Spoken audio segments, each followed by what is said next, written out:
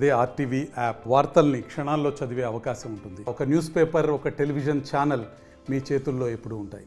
ఆంధ్రప్రదేశ్ రాష్ట్రంలో ముఖ్యమంత్రి వైఎస్ జగన్మోహన్ రెడ్డిపై జరిగినటువంటి దాడిని నిరసిస్తూ కూడా తిరుపతికి సంబంధించినటువంటి స్థానిక ఎమ్మెల్యే భూమన కరుణాకర్ రెడ్డి, అదేవిధంగా తిరుపతి టీడీపీ అభ్యర్థిగా ఉన్నటువంటి భూమన అభినయ్ రెడ్డి ఆధ్వర్యంలో ఇటు జీవకంలోని 48, 49 వార్డులో పెద్ద ఎత్తున నిరసన కార్యక్రమం చేపట్టడం జరిగింది. ఉదయం 8 గంటల ప్రాంతం నుంచి జరుగుతున్నటువంటి పరిస్థితి ఉంది.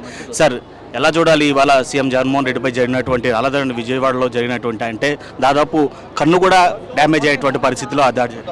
ఇది ఖచ్చితంగా చంద్రబాబు నాయుడు, పవన్ కళ్యాణ్లు కలిసి వాళ్ళ కార్యకర్తలని రెచ్చగొట్టడం ద్వారా అనునిత్యము వాళ్ళు ఎక్కడికి వెళ్ళినా ప్రతి మీటింగులోనూ జగన్మోహన్ రెడ్డి అంతు చూస్తాము, జగన్ పని అయిపోయింది అని వాళ్ళల్లో ఒక మాస్ మేనియా క్రియేట్ చేసి భౌతిక దాడి చేయమని చెప్పినటువంటి ఆదేశాల అంతర్గత సారాంశమే నిన్న జగన్మోహన్ రెడ్డి గారి మీద జరిగినటువంటి హత్యా ప్రయత్నం. త్రుటిలో ఆ మహానాయకుడి యొక్క కన్ను పోయే ప్రమాదం నుంచి తప్పించుకున్నాడు. ఇది చంద్రబాబు నాయుడు, పవన్ కళ్యాణ్లు చేసినటువంటి ఒక రిహార్సల్ మాత్రమే.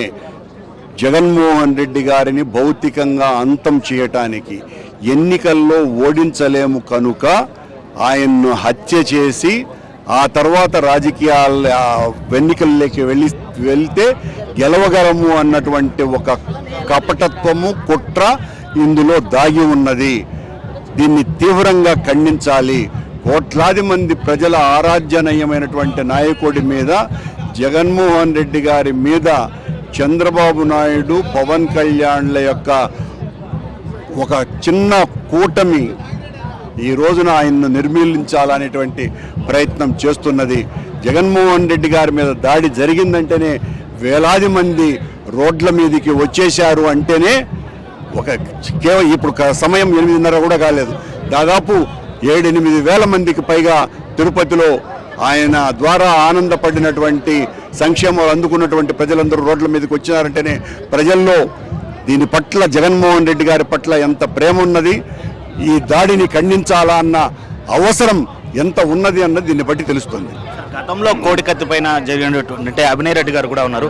సార్, ఎలా చూడాలి దాన్ని, ఎలా ఖండిస్తున్నారు? అత్యంత హేయమైనటువంటి చర్యకు ప్రతిపక్షాలు పాల్పడ్డాయి. చంద్రబాబు నాయుడు గారి ప్రోద్బలంతోనే ఈ హత్యా రాజకీయాలకు తెరలేపారు. చంద్రబాబు నాయుడు గారు చేసినటువంటి ఈ హత్యా రాజకీయాన్ని తిరుపతిలో ఉన్నటువంటి ప్రజలు, పార్టీ శ్రేణులు పెద్ద ఎత్తున నిరసన తెలుపుతూ రోడ్డు మీద బైఠాయించడం జరిగింది. సో అది మొత్తం మీద చూసాం. ఏదైతే సీఎం వైఎస్ జగన్మోహన్ రెడ్డిపై జరిగినటువంటి దాడిని పూర్తి స్థాయిలో ఇటు చంద్రబాబు, పవన్ కళ్యాణ్ హత్యా రాజకీయాలు కుట్రలో భాగంగా జరిగినటువంటి ఆ కోణంగానే ఆలోచిస్తున్నాము. నిజంగానే ప్రజల ఆరాధ్య దైవంగా భావించేటువంటి సీఎం జగన్మోహన్ రెడ్డి పైన అనునిత్యం కూడా తనను మట్టు పెడతామని చెప్పి చంద్రబాబు, పవన్ కళ్యాణ్ చేసేటువంటి ప్రకటనలు కావచ్చు, వాళ్ళు ఇచ్చేటువంటి స్టేట్మెంట్లకు అనుగుణంగానే ఆ ప్రేరేపణ పొందే కొంతమంది దుండగులు, అంటే వాళ్ళ 2 పార్టీలకు సంబంధించినటువంటి దుండగులే ఈ ఘటనకి పాల్పడ్డారు. ఖచ్చితంగా దీన్ని నిరసిస్తున్నాము.